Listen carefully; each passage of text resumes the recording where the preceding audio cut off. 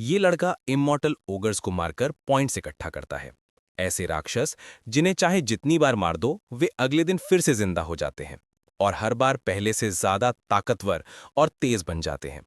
लेकिन हमारा मुख्य किरदार चानू अपनी खास स्किल डिकैपिटेशन से यानी सर काटने की कला से उन्हें एक ही बार में खत्म कर देता है। उसके लिए ये सब बस एक अभ्यास जैसा होता है। इन राक्षसों को मारकर जो पॉइंट्स मिलते हैं उनसे वो एक सूखे पेड़ को एम्परर एप्पल ट्री में बदल देता है। उस पेड़ के सेब इतने कीमती होते हैं कि उन्हें बेचकर वो बहुत पैसा कमा लेता है। लेकिन चानू हमेशा से इतना ताकतवर नहीं था। कहानी को समझने के लिए हमें उसके अतीत में लौटना होगा। पृथ्वी धीरे धीरे मर रही थी। उसने अपनी सारी जीवन ऊर्जा खो दी थी। तब एक एब्सोल्यूट बीइंग यानी सर्वोच्च सत्ता ने बताया कि पृथ्वी को बचाने के लिए क्या किया जा सकता है। उसने कहा कि मनुष्यों को दूसरी दुनियाओं में भेजा जाए ताकि वे वहां से ऐसी नई चीजें ला सकें जो मानवता के अस्तित्व के लिए जरूरी हैं। ऐसे लोगों को डिस्पैचर्स कहा गया और लोग उन्हें नायकों की तरह पूजने लगे। चानू एक मामूली सी बागवानी की नौकरी करता है जहां वो कचरा साफ करता है और पेड़ पौधों की देखभाल करता है। लेकिन उसके दिल में एक ही सपना है, डिस्पैचर बनना। शाम को काम के बाद वो डिस्पैचर रीयूनियन सेंटर जाता है जहां लोग अपने गुमशुदा परिवार वालों के बारे में जानकारी लेने आते हैं। भीड़ बहुत होती है लेकिन वो किसी तरह रिसेप्शन तक पहुंच जाता है। रिसेप्शनिस्ट उसका रिकॉर्ड चेक करता है और कहता है, तुम्हारे पास जांच कराने के पैसे नहीं हैं, जब पैसे हों तब आना। चानू विनती करता है कि उसे थोड़ी सी ही खबर दे दो, लेकिन अगला ग्राहक उसे धक्का देकर घटा देता है। मजबूर होकर वो चुपचाप घर लौट आता है। वो याद करता है कि जब वो छोटा था उसके पिता एक शीर्ष रैंक के डिस्पैचर थे, लेकिन जब पृथ्वी की हालत बिगड़ी उन्हें फिर से भेजा गया और तब से वो कभी लौटकर नहीं आए। कुछ साल बाद उसकी मां भी उन्हें ढूंढने चली गई, लेकिन वो भी कभी वापस नहीं आई। अब चानू बिल्कुल अकेला है। उसे अपने माता पिता के चेहरे तक ठीक से याद नहीं। तभी अचानक एक तेज सुनहरी रोशनी उसके अपार्टमेंट के बाहर चमकती है और एक जबरदस्त लहर उसे दीवार से टकरा देती है। वो बेहोश हो जाता है। जब होश आता है तो रात हो चुकी होती है। उसके फोन पर एक आपातकालीन अलर्ट आता है। एक रिटर्नी के पुनर्प्रवेश से ऊर्जा तूफान हुआ है। फिर खबर आती है कि एक एस रैंक के रिटर्नी ने अपनी सेवानिवृत्ति यानी रिटायरमेंट की घोषणा की है।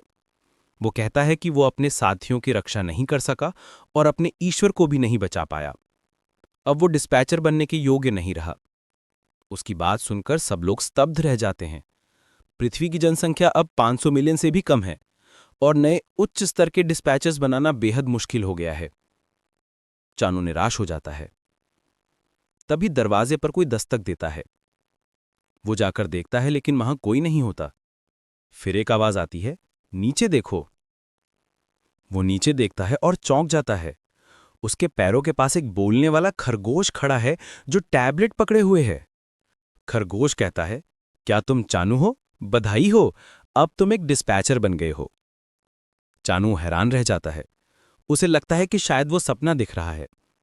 लेकिन खरगोश कहता है, मुझे पता है तुम उलझन में हो, पर यह सच है, तुम्हें चुना गया है।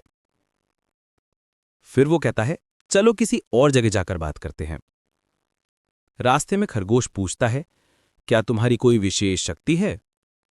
चानू जवाब देता है, मैं बस बागवानी करता हूं, पेड़ पौधे काट छांट लेता हूं, बस इतना ही। खरगोश हैरान रह जाता है, क्या सिर्फ बागवानी? लेकिन फिर खुद को संभालते हुए कहता है, हर चीज किसी कारण से होती है, शायद तुम्हारे चुने जाने के पीछे भी कोई वजह है। चानू बहुत उत्साहित है क्योंकि उसे यकीन नहीं हो रहा है कि वो सच में डिस्पैचर सेंटर के अंदर है। वो एक विशाल दरवाजे के पास पहुंचते हैं। चानू कोशिश करता है उसे खोलने की, लेकिन दरवाजा हिलता भी नहीं है। खरगोश झुंझलाकर कहता है, दरवाजा दाईं तरफ है। चानू देखता है, वहां एक छोटा सा दरवाजा है जो खरगोश के आकार का है। चानू कहता है, मैं खरगोश नहीं हूं भाई। खरगोश शांत स्वर में कहता है, ये तुम्हारी पसंद है, तुम चाहो तो जा सकते हो, लेकिन याद रखना तुमने हर परीक्षा में असफल पाए हैं और ऐसा मौका जिंदगी में दोबारा नहीं आएगा। चानू कुछ देर सोचता है, फिर वो झुककर उस छोटे दरवाजे से अंदर चला जाता है। अंदर पहुंचकर वो दंग रह जाता है। एक विशाल उजली ऑफिस जैसी जगह उसके सामने है। खरगोश कहता है, एक दुनिया है जो सिर्फ तुम्हारे लिए बनी है। चानू पूछता है, क्या हर इंसान की अपनी दुनिया होती है? खरगोश जवाब देता है, हां, और तुम्हारे लिए है block type land grabbing world, जहां इस समय एक बड़ा आयोजन चल रहा है। चानू कहता है, मैंने तो इसके बारे में पहली बार सुना है। खरगोश मुस्कुराता है, यही तो इसकी खासियत है। ये दुनिया इन दिनों सबसे ज्यादा लोकप्रिय है, क्योंकि वहां लोग एक ईश्वर की दिव्य शक्ति प्राप्त कर सकते हैं। चानू की दिलचस्पी और बढ़ जाती है जब वो भगवान शब्द सुनता है, क्योंकि हाल ही में जिस रिटर्नर ने पृथ्वी पर वापसी की थी, उसने भी किसी भगवान का जिक्र किया था। खरगोश उसकी बदलती हुई शक्ल देखकर मुस्कुराता है और कहता है कि घबराओ मत, तुम्हारा चुना जाना उस घटना से कोई संबंध नहीं रखता। चानू पूछता है, आखिर ये कौन से भगवान की बात कर रहे हो? खरगोश जवाब देता है, भगवान तो रैंडम तरीके से तय किए जाते हैं, लेकिन चूंकि तुम मेरे पसंदीदा इंसान हो, इसलिए मैं तुम्हें खुद चुनने का मौका दूंगा कि तुम किस भगवान की सेवा करना चाहते हो। ये कहते हुए खरगोश 3 कार्ड निकालता है और कहता है, तो चानू तैयार हो चुनने के लिए? चानू उलझन में पड़ जाता है, क्योंकि उसे पता ही नहीं कि कौन सा कार्ड अच्छा है और कौन सा बुरा। खरगोश याद दिलाता है कि ऐसा मौका दोबारा नहीं मिलेगा। चानू अपने पिता को याद करता है और खुद से झुंझलाता है कि वो इतना हिचकिचा क्यों रहा है। आखिरकार वो एक कार्ड चुनता है और तभी उसके सामने एक डरावनी दिव्य आकृति प्रकट हो जाती है। चानू के तो होश उड़ जाते हैं। जब वो कार्ड को ध्यान से देखता है तो पता चलता है ये है गॉड ऑफ नेगेशन, यानी अस्वीकृति का देवता, और उस पर लिखा है 44% रेट। खरगोश उसे समझाता है, डरने की जरूरत नहीं, जो तुमने देखा वो बस एक ड्रामेटिक इफेक्ट था। लेकिन चानू हड़बड़ा कर पूछता है, ऐसा कौन सा भगवान होगा जिसकी एंट्री देखकर ही इंसान मर जाए? वो घबरा कर खड़ा हो जाता है और पूछता है, क्या मैं दोबारा कार्ड खींच सकता हूं? खरगोश शांत स्वर में कहता है, हां, एक बार और। चानू राहत की सांस लेता है, कार्ड खींचता है और फिर से वही गॉड ऑफ नेगेशन। वो भड़क उठता है, ये तो धोखा है, हर बार वही भगवान कैसे निकल सकता है? खरगोश बोलता है, कार्ड्स में कोई गड़बड़ी नहीं है, बस तुम्हारे भाग्य का यही संकेत है। फिर गंभीर होकर कहता है, अब तुम्हारे पास आखिरी मौका है, ध्यान से चुनो। चानू थक चुका है, वो सोचता है बस कुछ भी निकल आए, पर वो निगेशन वाला देवता नहीं। वो तीसरा कार्ड खींचता है और इस बार एक हरी रोशनी चमक उठती है। चानू की आंखें चमक जाती हैं। इस बार कार्ड है गॉडेस ऑफ अबंडेंस, यानी समृद्धि की देवी, जिसकी संभावना 1% से भी कम है। वो थोड़ी देर उदास रहता है, लेकिन जैसे ही देवी की आकृति सामने आती है तो उसके होश उड़ जाते हैं, क्योंकि देवी बेहद सुंदर है। ये देखकर खरगोश मुस्कुराता है, तो क्या तुम फिर से कोशिश करना चाहोगे? चानू हैरान, तुमने तो कहा था ये आखिरी मौका है। खरगोश जवाब देता है, अगर तुम अभी फैसला कर लो तो तुरंत प्रस्थान कर सकते हो। चानू पूछता है, प्रस्थान मतलब? खरगोश कहता है, मतलब तुम अभी से अपने मिशन पर भेजे जाओगे। याद रखो, ये मौका तुम्हें डिस्पैचर से रिटर्नर बनने का रास्ता भी दे सकता है। खरगोश उसे लुभाने लगता है, सोचो लोग तुम्हारी पूजा करेंगे, तुम हीरो कहलाओगे, तुम्हारी जिंदगी अभी से 10 गुना बेहतर हो जाएगी। चानू सोच में पड़ जाता है, उसकी मौजूदा जिंदगी तो पहले से ही बेकार है। वो फैसला करता है। सिस्टम की आवाज आती है, you have been chosen to serve the goddess of abundance. देवी की छवि फिर से सामने आती है और वो बिल्कुल वैसी ही है जैसी उसने कल्पना की थी। चानू मुस्कुराता है, अगर मेरे साथ ऐसी देवी हो तो मैं कुछ भी कर सकता हूं। वो पूछता है, अब मुझे कहाँ जाना होगा? खरगोश एक नीला पोर्टल खोलता है और कहता है, चलो अब जाने का समय आ गया है। चानू थोड़ा डरता है, क्या ये पोर्टल सुरक्षित है? खरगोश हंसता है, ये खूबसूरत है, देखो तो सही। लेकिन चानू को तो ये किसी मौत के जाल जैसा लगता है।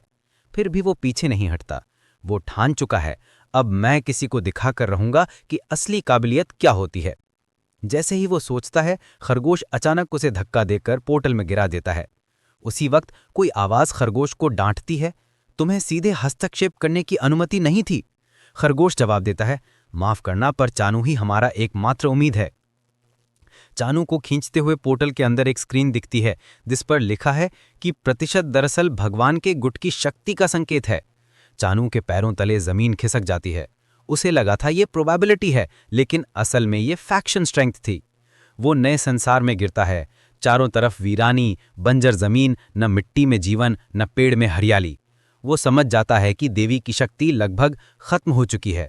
उसके आंखों से आंसू निकल आते हैं, मेरा तो सब कुछ गया। तभी सिस्टम विंडो पॉपअप होती है। Welcome to the world of digging, you are the apostle of the goddess of abundance, your mission secure as many land rights as possible by digging. Chanu पहले तो सोचता है कि थोड़ा आसपास देख ले, उसे देवी को ढूंढना है। चलते चलते उसे एक पुरानी जंग लगी दरांती मिलती है। वो सोचता है किसी ने शायद इसका इस्तेमाल किया और फेंक दिया। वो दरांती हाथ में लेता है और महसूस करता है कि ये तो उसके लिए बनी ही है। तभी उसे अपने पीछे किसी भारी उपस्थिति का एहसास होता है। उसका दिल जोर जोर से धड़कने लगता है, जैसे कोई राक्षस पीछे खड़ा हो। वो डर के मारे दरांती घुमाता है, लेकिन पीछे तो बस एक प्यारा सा हैमस्टर खड़ा है।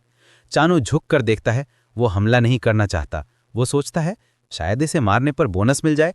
हैमस्टर डर के मारे चिल्ला उठता है। चानू हंस पड़ता है मजा आ गया ना, डर गया तू। वो कहता है ठीक है, जब तक तू मुझे परेशान नहीं करेगा मैं तुझे नहीं मारूंगा। हैमस्टर मुड़कर थोड़ा दूर जाता है और फिर इशारा करता है, मेरे पीछे आओ। चानू उसके पीछे पीछे दौड़ता है। वो एक छोटी नदी पर पहुंचते हैं जहां चानू पानी पीता है और ताजगी महसूस करता है। वो पूछता है, क्या तुम जानते हो देवी कहाँ है? हैमस्टर कुछ बोलता है, लेकिन उसकी भाषा अलग है। फिर वो आगे बढ़ते हैं और एक सूखा हुआ विशाल पेड़ देखते हैं। चानू गलती से एक सिकुड़ा हुआ जिनसेंग कुचल देता है। वो सोचता है ये यहाँ क्या कर रहा है। हैमस्टर झट से उस जिनसेंग को उठा लेता है। चानू हैरान है। तभी सिस्टम नोटिफिकेशन आता है, you have discovered the goddess. Chanu घबरा जाता है, क्या सिस्टम पागल हो गया है? देवी तो कहीं दिख नहीं रही। वो कुछ बोल ही रहा होता है कि हैमस्टर उसका पैर पकड़ लेता है। चानू झुंझलाकर कहता है, अब खेलने का मूड नहीं है। लेकिन फिर उसे एहसास होता है वो जिनसेंग ही देवी है। वो यकीन नहीं कर पाता, जिस देवी को मैंने देखा था वो तो खूबसूरत और शक्तिशाली थी, ये तो मुरझाई हुई जड़ है। हैमस्टर उसे मैग्नीफाइंग ग्लास देता है। चानू ध्यान से देखता है और सच्चाई समझ जाता है। वो सिर पकड़कर बैठ जाता है। तो यही थी अबंडेंस गॉडेस। उसे अब एहसास होता है कि जिन कार्ड्स में प्रतिशत बढ़ रहा था वो दरअसल देवताओं की शक्ति का स्तर था। मतलब गॉड ऑफ नेगेशन असल में बेहतर विकल्प था। चानू पछताने लगता है। वो सोचता है शायद देवी की शक्ति इतनी कम होने से ही वो सूख गई है। वो देवी को जगाने की कोशिश करता है। फिर सोचता है शायद पानी से मदद मिले। वो पानी डालता है और तभी जिनसेंग से हरी रोशनी निकलने लगती है। वो और पानी डालता है, देवी लगभग डूब जाती है, लेकिन आखिरकार देवी फिर से जीवित हो जाती है।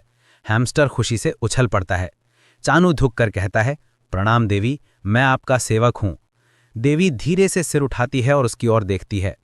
चानू नहीं जानता आगे क्या करे। तभी सिस्टम विंडो कहती है, you can use skills to become stronger. वो देखता है एक स्किल है गॉडेस ब्लेसिंग्स।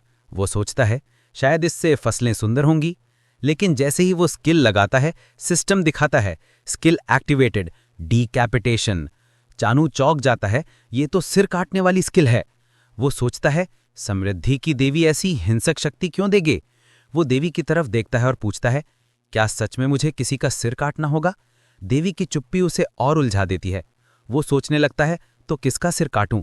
धीरे धीरे उसकी नज़र हैमस्टर पर जाती है, जो देवी के जिंदा होने की खुशी में उछल कूद कर रहा होता है, और चानू उसे सबसे खतरनाक नज़रों से देख रहा होता है। हम देखते हैं कि हैमस्टर मुड़कर देखता है और सामने चांसू पूरा तैयार, हाथ में दरांती लिए, उसे 2 टुकड़ों में बांटने वाला होता है। लेकिन जैसे ही वार पड़ने वाला होता है, हैमस्टर तेजी से भाग जाता है। चानू उसके पीछे भागता है और जब हैमस्टर को कहीं जगह नहीं मिलती तो वो देवी के पीछे जाकर छुप जाता है। चांद शांत आवाज में कहता है, देख भाई, मुझे भी अच्छा नहीं लग रहा है ये सब करना, पर ये सब देवी माँ के लिए करना जरूरी है। इतना सुनते ही हैमस्टर और देवी दोनों घबरा जाते हैं और तभी पीछे से एक भयानक राक्षस खड़ा दिखता है। तभी चनू को एहसास होता है कि हैमस्टर असल में कोई राक्षस नहीं था। असली राक्षस तो ये है जो उसकी पीछे खड़ा है। अपनी गलती मानते हुए चनू फैसला करता है कि अब वो ऐसे सुधार कर रहेगा, यानी उस असली दैत्य को हराकर। वो बिना डरे राक्षस की तरफ झपटता है। दरांती उसके हाथ में चमक रही होती है और डीकैपिटेशन स्किल एक्टिवेट होते ही उसे साफ दिखता है कि वार कहाँ करना है। चनू उछलकर राक्षस पर वार करता है और एक ही झटके में उसका सिर धड़ से अलग कर देता है। हैमस्टर और देवी दोनों हैरान रह जाते हैं। चानू आराम से लौटकर देवी के सामने झुकता है और कहता है, माफ करना भाई, तुम्हें राक्षस समझकर लगभग ऊपर भेज ही दिया था। हैमस्टर मुस्कुराता है और उसे थम्स अप देता है, जैसे कह रहा हो कोई बात नहीं। चनू खुश होकर उसे नाम देता है, हैमल। नाम सुनकर हैमल इतना शर्मा जाता है कि उसके गाल लाल हो जाते हैं। तभी सिस्टम नोटिफिकेशन आता है, राक्षस का सिर ऑटोमेटिकली देवी को अर्पित कर दिया गया है। चनू देखता है कि देवी अब पहले से ज्यादा चमकदार और सुंदर दिख रही हैं। उसे समझ आता है कि अगर वो और राक्षसों को मारता रहेगा तो देवी की शक्ति और रूप दोनों लौट आएंगे। बस ये सोचकर वो उत्साह में नई लड़ाइयों के लिए निकल पड़ता है। वो आगे बढ़ता है और अमर ओगर्स के एक पूरे झुंड से टकरा जाता है। सिस्टम से उसे टिप मिलती है कि अब जो पॉइंट्स वो कमा रहा है वो सिर्फ वर्ल्ड सिस्टम में इस्तेमाल होंगे, यानी ट्रेड नहीं किए जा सकते। चनू खुश होता है, कोई बात नहीं, जितना मिलेगा उतना अच्छा। फिर वो डीकैपिटेशन स्किल एक्टिवेट करके एक झटके में ओगर्स को काट गिराता है। हर एक वार के साथ पॉइंट्स बढ़ते जाते हैं और वो जोश में बोल उठता है, सिस्टम ने ग्रीन सिग्नल दे दिया है, तो अब जितने ज्यादा मार सकूं उतना बेहतर। अब तक वो 4 अमर ओगर गिरा चुका है और सोचता है, चलो 100 का स्कोर तो बना ही लेते हैं। हैमल उसके कंधे पर बैठकर खुशी से उछल रहा है, जैसे जीत उसी की हुई हो। चनू हंसकर पूछता है, भाई इन्हें अमर ओगर कहते हैं, लेकिन ये तो मरने में कोई देर नहीं लगाते। उसे जवाब नहीं मिलता तो वो सोचता है, चलो जितना मारूंगा उतना समझ आ जाएगा। चनू लौटकर देवी के पास आता है और देखता है कि अब देवी और भी सुंदर लगने लगी हैं। देवी फिर एक सूखे पेड़ की ओर इशारा करती हैं। चनू समझ नहीं पाता, फिर सोचता है, शायद देवी चाहती हैं कि मैं इन्हें पेड़ पर चढ़ा दूं। वो देवी को उठाकर पेड़ तक ले जाता है और तभी सिस्टम बताता है, तुम ब्लेसिंग ऑफ अबंडेंस स्किल का इस्तेमाल कर सकते हो, लेकिन इसके लिए पॉइंट्स लगेंगे। चनू पेड़ को छूकर स्किल एक्टिवेट करता है और सारा पॉइंट उसी में डाल देता है। कुछ ही पलों में पेड़ हरा भरा हो जाता है और उस पर विशाल सेब उगाते हैं। चनू एक सेब तोड़ता है और मन ही मन सोचता है, इतना बड़ा सेब तो मैंने कभी देखा ही नहीं। वो पहले एक सेब देवी को अर्पित करता है। देवी एक पल में पूरा सेब शोषित कर लेती हैं और चनू अवाक रह जाता है, ये क्या, एक झटके में पूरा सेब? देवी माँ तो सच में कमाल की हैं। अब वो कुछ और सेब तोड़ता है ताकि खुद और हैमल भी खा सकें। सेब बेहद ताज़ा और स्वादिष्ट होते हैं। चनू मुस्कुराता है, लगता है मुझे खुद भी और मजबूत होना पड़ेगा, क्योंकि मेरी देवी तो बिल्कुल मजाक के मूड में नहीं रहती। उधर देवी सोचती हैं, आखिर ये लड़का इतना ताकतवर कैसे है, एक दिन में इतने राक्षसों को मार दिया और पेड़ को जीवन दे दिया। वो चौंक जाती है सोचते हुए, कहीं ये कोई राक्षसी योद्धा तो नहीं, लेकिन फिर मुस्कुराती है, अब चाहे जो भी हो ये अब मेरा है। चनू एक और सेब तोड़ने ही वाला होता है कि देवी उसकी टांग पकड़ लेती हैं। वो डर जाता है, अरे ये तो मुझे भी खा जाएंगी क्या? लेकिन देवी तो बस उसे गले लगाना चाहती हैं, उसका शुक्रिया अदा करने के लिए। रात होती है, देवी सो जाती है और चनू उन्हें आराम से ऑल्टर पर लिटा देता है। तभी अचानक बिजली कड़कती है। चनू डरता है कि देवी जाग जाएंगी, पर वो गहरी नींद में होती है। चनू सोचता है, सेबों से ही पेट नहीं भरेगा, अब कुछ और चाहिए। तभी सिस्टम बताता है, डिलीवरी इवेंट शुरू हो चुका है। चनू हैरान होता है, डिलीवरी इवेंट मतलब अब ट्रेडिंग शुरू? चेनसू हैरान रह जाता है, उसे यकीन नहीं होता कि ऐसी कोई चीज भी होती है। लेकिन डिलीवरी करने के लिए उसे पृथ्वी यानी अर्थ के लोगों से संपर्क करना पड़ेगा। इसी दौरान वो देखता है कि हैमस्टिल भी थक गया है, तो वो उसे भी देवी के पास सुला देता है और दोनों को पत्तों से ढक देता है जैसे कोई कंबल हो। उधर रीइंकार्नेशन ट्रेडिंग कंपनी में हासुजिन, जो पुनर्जन्म की दूत है, अपने बॉस के ऑफिस में घुसकर चिल्लाने लगती है क्योंकि उसे और काम दे दिया गया है, जबकि वो पहले से ही बहुत व्यस्त है। पता चलता है कि उन्हें सेब डिलीवर करने का ऑर्डर मिला है और इस सौदे में पैसे नहीं मिलेंगे, यानी ये बदले का सौदा है जिसमें सेब के बदले में कोई दूसरा सामान मिलेगा।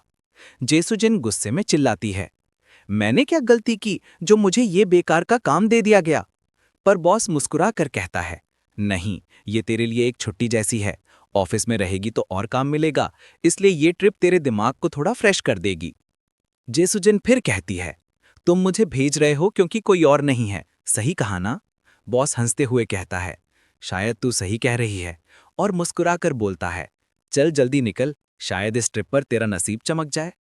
जेसुजिन ऑर्डर लॉग्स देखती है और बोलती है, ये तो पूरा ट्रक भरा हुआ है डिलीवरीज से, अगर ये ट्रिप बेकार निकली तो बड़ा झंझट होगा। इधर चेनसू डिलीवरी के लिए सेब इकट्ठा कर रहा होता है, लेकिन हैमटॉल उन्हीं सेबों को खा रहा होता है। चेनसू उसे पकड़ लेता है और डांटता है, ये सेब खाने के लिए नहीं है, ये ट्रेडिंग के लिए हैं, आज कोई मिलने आने वाला है। वो सोचता है कि डिलीवरी वाला बहुत दूर से आएगा, तो पहला इंप्रेशन कूल होना चाहिए। सिस्टम के डेटा से उसे पता चलता है कि दुनिया ब्लॉक्स में बटी हुई है और अभी ब्लॉक टेरिटरी कॉन्क्वेस्ट ग्रांड समन इवेंट चल रहा है। हर ब्लॉक के बीच में एक दीवार है और एक ब्लॉक से दूसरे ब्लॉक जाने के लिए मूवमेंट टिकट चाहिए। चेंसू के आसपास कुछ खास नहीं था। अगर वो खुद पैदल जाता तो उसे 1 हफ्ता लग जाता गांव पहुंचने में। इसलिए वो खुश है कि डिलीवरी सिर्फ 2 दिन में हो जाएगी। वो देवी के लिए कुशन और अपने लिए स्लीपिंग बैग ऑर्डर करता है ताकि देवी का स्नेह स्तर बढ़े और वो उसके खिलाफ ना हो जाए। तभी चेंसू देखता है कि इमॉर्टल ऑगर्स बार बार प्रकट हो रहे हैं और वो उन्हें पॉइंट्स के लिए लगातार मार रहा है। लड़ाई के दौरान एक राक्षस पीछे से हमला करता है, लेकिन वो आखिरी पल में बच जाता है। उसे लगता है कि ये राक्षस भी अपग्रेड हो रहे हैं, जैसे स्किल्स होती हैं। फिर भी उसे उनसे कोई डर महसूस नहीं होता। ये सब कुछ हुजिन आसमान से देख रही होती है। उसकी आंखों के सामने एक ऐसा आदमी है जो राक्षसों को नाश्ते की तरह काट डालता है। पहले इमॉर्टल ऑगर एक मुख्य शिकार लक्ष्य हुआ करता था, क्योंकि उसे मारने पर ज्यादा पॉइंट्स मिलते थे। लेकिन चाहे जितनी बार भी उसे मारा जाए, वो अगले दिन फिर से जिंदा हो जाता था और हर बार पहले से भी ज्यादा ताकतवर।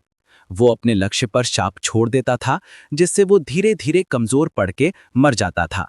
इसी वजह से सभी उससे दूर भागते थे। लेकिन अब वही दैत्य चेंसू की तलवार के नीचे कागज की तरह कट रहा है। हुजिन सोचती है, क्या यह आदमी पागल है? इसे पलटवार का भी डर नहीं। वो देखती है कि चेंसू मारे गए राक्षसों को शुद्ध भी नहीं कर रहा। उसे लगता है कि चेंसू एक तलवारबाज है। फिर हैरान होकर सोचती है, एक तलवारबाज सेब क्यों तोड़ रहा है? आखिरकार वो तय करती है, इससे तो नरमी और विनम्रता से ही पेश आना बेहतर होगा। लड़ाई के बाद चेंसू के पॉइंट्स तेजी से बढ़ने लगते हैं और आशीर्वाद के कारण अब एक सेब की कीमत 1000 पॉइंट्स हो गई है। चेंसू समझ जाता है कि 100 तक पहुंचना अब उसके लिए कोई मुश्किल काम नहीं होगा। वो सोच रहा था कि आखिर इस इलाके में एक श्राइन मंदिर क्यों है, लेकिन अब उसे लग रहा था कि ये तो उसके लिए जैकपॉट साबित हुआ है। तभी हुजिन उसके पास आती है और विनम्रता से झुककर प्रणाम करती है। वो अपना परिचय देती है। वो बताती है कि वो ट्रेडिंग कंपनी से आई है और वो चेंसू की डिलीवरी लेकर आई है। चैन्नू खुशी से उसका हाथ पकड़ता है और कहता है कि मैं सच में इम्प्रेस्ड हूं कि तुमने पहली कोशिश में ही ये ब्लॉक ढूंढ लिया। लेकिन अंदर से हुजिन डरी हुई थी, क्योंकि चेंसू बहुत ताकतवर इंसान था और वो जानती थी कि अगर उसने गलती की तो उसकी खैर नहीं। तभी हुजिन की नज़र हैमस्टर पर पड़ती है। वो उसे देखती ही रह जाती है, इतना गोल मटोल और प्यारा कि उसका मन करता है कि उसे गले से लगा ले। चैन्नू उसकी अजीब सी नज़रों को नोटिस करता है और पूछता है, क्या तुम बीमार महसूस कर रही हो? वो मुस्कुराकर जवाब देती है, नहीं, मैं बिल्कुल ठीक हूं। असल में वो हैमस्टर को छूने के लिए बेचैन थी। चैन्नू उसे साथ चलने को कहता है ताकि वो उसे सेब के पेड़ तक ले जा सके। वहां पहुंचते ही सेब की खुशबू हुजिन को रोक नहीं पाती। वो बोल उठती है, वाह क्या खुशबू है। चेंसू मुस्कुराकर कहता है, हाँ ये सेब बहुत अच्छे से उगे हैं। हुजिन को यकीन नहीं होता कि इतनी बड़ी सेब की बेलनुमा पेड़ हो सकती है। चैन्नू एक सेब तोड़ता है और हुजिन से कहता है, क्या तुम इसे चखना चाहोगी? हुजिन सेब लेती है। उसका आकार देखकर दंग रह जाती है, लेकिन उसे उम्मीद नहीं होती कि यह स्वादिष्ट होगा, क्योंकि ज्यादातर बड़े फल स्वाद खो देते हैं। मगर जैसे ही वो एक बाइट लेती है, वो हैरानी और आनंद में डूब जाती है। सेब का स्वाद इतना लाजवाब था कि उसने आज तक वैसा नहीं चखा था। मिठास और खट्टापन दोनों परफेक्ट बैलेंस में थे। वो अंदाजा लगाती है कि ये सेब कम से कम 1 लाख गोल्ड में बिकेगा। फिर वो पूछती है, क्या तुमने सच में इसका दाम सिर्फ 2000 गोल्ड रखा है? चैन्नू कहता है, हाँ। हुजिन हंसकर कहती है, तुम्हारा दाम तो बहुत ही अजीब है। चैन्नू सोचता है कि शायद वो कह रही है कि ये बहुत महंगे हैं। वो घबराकर पूछता है, तो तुम कितना दोगी इसके बदले? हुजिन कहती है, कम से कम 20,000 गोल्ड प्रति सेब। चैन्सू का होश उड़ जाता है। हुजिन आगे बताती है, अगर तुम इन्हें किसी डिपार्टमेंट स्टोर में दोगे तो कीमत 30,000 गोल्ड से भी ज्यादा जा सकती है। चैन्सू को यकीन नहीं होता है कि वो सही सुन रहा है। हुजिन चाहती तो उसे धोखा दे सकती थी, पर उसने सोचा कि ईमानदारी बेहतर है, क्योंकि वो चैन्नू जैसा ग्राहक खोना नहीं चाहती थी। वो कहती है, ये सेब सिर्फ सेब नहीं है, ये पहली ऐसी किस्म है जिसका स्वाद बिल्कुल यूनिक है। ये किसी क्षेत्रीय विशेषता से कहीं ज्यादा मूल्यवान है। आखिर में वो सुझाव देती है कि फिलहाल इसे 20,000 गोल्ड प्रति सेब पर ही तय कर लेते हैं। वो एक औपचारिक कॉन्ट्रैक्ट निकालती है और चैन्नू को देती है। चैन्नू कॉन्ट्रैक्ट पढ़ता है और जब देखता है कि सब कुछ उसके हक में है तो मुस्कुरा देता है। लेकिन वो एक बदलाव सुझाता है, वो कंपनी का शेयर बढ़ा देता है। हुजिन हैरान रह जाती है। चैन्नू कहता है, ये गलती नहीं है, मैं तुम्हारे साथ एक लंबा रिश्ता बनाना चाहता हूं और तुमने मुझसे ईमानदारी बरती है तो ये तुम्हारा हक है। वो हाथ बढ़ाकर हुजिन से हैंडशेक करता है। हुजिन शुक्रिया कहती है और उसे उसके ऑर्डर किए गए सामान देती है, बीज, खाना, कुकिंग टूल्स और एक अंडा जो एक तोहफा था। वो बताती है कि ये अंडा तुम्हारी खेती में मदद करेगा। वो कहती है, शायद तुम्हें इसकी जरूरत ना भी पड़े क्योंकि तुम पहले से ही एक फैमिलियर पाल रहे हो। चैन्नू हैरान होता है, मैं? कौन सा फैमिलियर? हुजिन हैमस्टर की तरफ इशारा करके कहती है, वो ही तो। वो समझाती है, जितने पॉइंट्स तुम इस अंडे में डालोगे वो उतना ही ताकतवर फैमिलियर निकलेगा, पर ध्यान रहे ज्यादा पॉइंट्स डाल दिए तो अंडा फट जाएगा और फेलियर हो जाएगा। चैन्नू मुस्कुराकर कहता है, तो फिर मुझे इसे आजमाना ही पड़ेगा। हुजिन पूछती है, सेब की अगली फसल कब तक तैयार होगी? चैन्नू हंसकर कहता है, बस एक दिन। हुजिन दंग रह जाती है। इसका मतलब है कि वो रोज ताजे सेबों की डिलीवरी पाएंगे। कुछ देर की बातचीत के बाद वो सब तय कर लेते हैं, शेड्यूल, नंबर और विजिट की तारीखें। इस तरह उनका पहला सौदा पूरा होता है। हुजिन के जाने के बाद चैन्नू देवी के पास जाता है और उसे धन्यवाद देता है कि उसने खुद को छिपाकर रखा जब हुजिन वहां थी। वो अपने नए मिले सप्लाईज को देखता है और यकीन नहीं कर पाता कि सेब बेचकर इतना मुनाफा हुआ है। वो जानता है कि ये सब देवी के आशीर्वाद की वजह से है। तभी वो देखता है कि देवी अंडों को गले लगाकर सो रही है। चैन्नू सोचता है कि शायद अब समय है इन्हें हैच करने का, पर इसके लिए उसे और पॉइंट्स चाहिए, और पॉइंट्स पाने का एक ही तरीका है, ज्यादा राक्षस मारो। वो मुस्कुराकर कहता है, चलो अब असली मेहनत शुरू करते हैं। दूसरी ओर हुजिन वापस कंपनी पहुंचती है और अपने बॉस को सब कुछ बताती है। वो कहती है, वो आदमी पक्का कोरियन है, शायद किसी कॉम्बैट फैक्शन से जुड़ा हुआ है। उसका बॉस चौंक जाता है, एक कॉम्बैट आदमी खेती कर रहा है? हुजिन बताती है कि वो पुराने जंग लगे दरांती से अनडेड मॉन्स्टर्स को सिर्फ सर काटकर मार देता है। उसका बॉस कहता है, शायद वो खुद को कठिन परिस्थितियों में डालकर सोर्ड मास्टर बनने की कोशिश कर रहा है, ठीक वैसे ही जैसे रोहन ने किया था। वो कहता है कि बेहतर होगा कि हम चैन्नू को छिपा कर रखें, किसी को उसके पास ना भेजें। हुजिन सहमत हो जाती है। वो दोनों साथ बैठे सेब खा रहे होते हैं।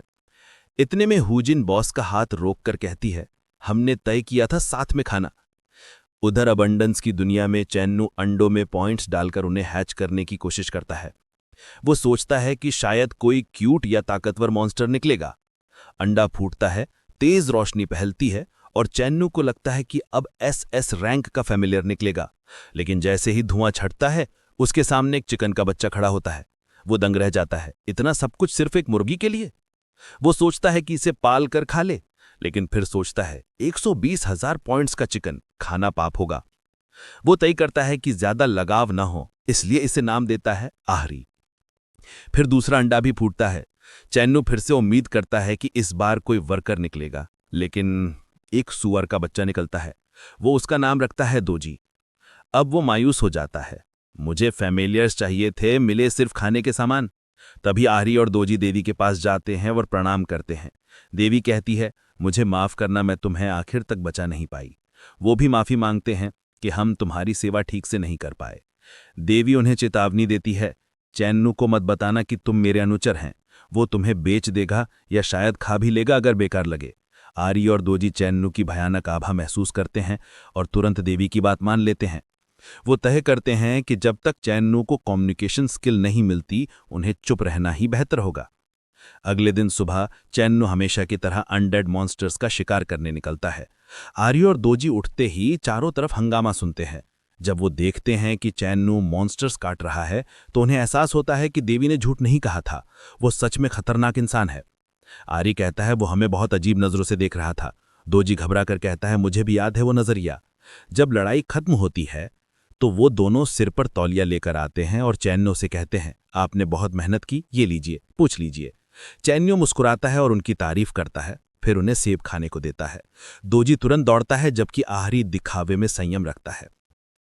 चैन्नू खुश है कि दोनों अच्छा खा रहे हैं, क्योंकि वो मानता है कि खुश पेट खुश साथी। थोड़ी देर बाद वो खेती में लग जाता है। दोजी जमीन खोदता है, आहरी काले बीज के बीज लगाता है, चैन्नो पानी डालता है और अबंडेंस का आशीर्वाद देता है। कुछ ही पलों में पूरा खेत हरी भरी फसल से ढक जाता है। वो एक बीज उठाता है और जैसे ही आहरी उसे देखता है वो भागता हुआ उसकी ओर आता है। चैन्नो हंसकर कहता है, पहली फसल देवी को ही चढ़ाई जाएगी। देवी बीज को अपने अनोखे अंदाज में एब्जॉर्ब करती है।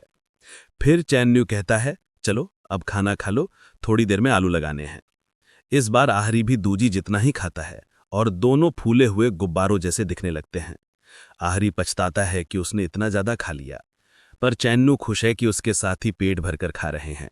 वो सोचता है, अब और ज्यादा स्वादिष्ट फसलें उगाऊंगा। इस बीच मार्केट में हुजिन का बॉस परेशान है। सेब तो हैं पर कोई खरीद नहीं रहा। सबको लगता है कि एक सेब के 2 लाख गोल्ड देना पागलपन है। वो सोचता है कि अगर लोग एक बार चख लें तो सब समझ जाएंगे कि सेब कितने लाजवाब हैं। तभी अचानक एक ग्राहक आता है और सारे सेब खरीद लेता है। क्लर्क बताता है, किसी ने एक सेब चखा और फिर सब खरीद लिए। पेमेंट स्लिप पर नाम लिखा है रोहन। बॉस के होश उड़ जाते हैं।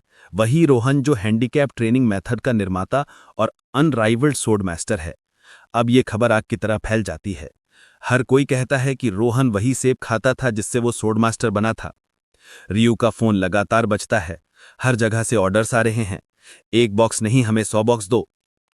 1 हफ्ता बीत जाता है। चैन्नो अब खुश है। उसके पास आलू, फसलें और साथी हैं। वो स्वादिष्ट आलू पका रहा होता है।